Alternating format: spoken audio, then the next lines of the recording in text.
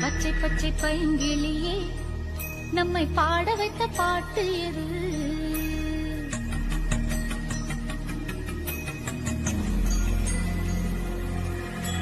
தொட்டிலுக்குள் நாம் கேட்ட தாய் தாலாட்ட பாட்டு அது.